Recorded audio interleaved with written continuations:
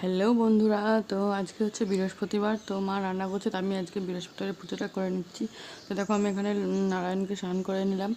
তো নারায়ণকে স্নান করে জামা কাপড় পরিয়ে নিলাম। আর এবার লক্ষ্মীকে আমি স্নান করানো হয়ে গেল, আর লক্ষ্মীকেও আমি শাড়ি পরিয়ে নিচ্ছি। তো দেখো এবার চাদরটা গায়ে দিয়ে দিলাম, মালা পরিয়ে দিলাম। তো শীতের দিন তাই আমরা চাদর দিয়ে রাখি।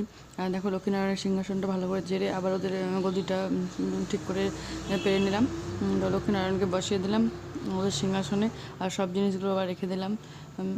তো বৃহস্পতিবার আমাদের বাড়িতে মা ঘর দিয়ে লক্ষ্মী পুজো করে। তো দেখো আমি ঘরটা সিঁদুর লাগিয়ে দিচ্ছি।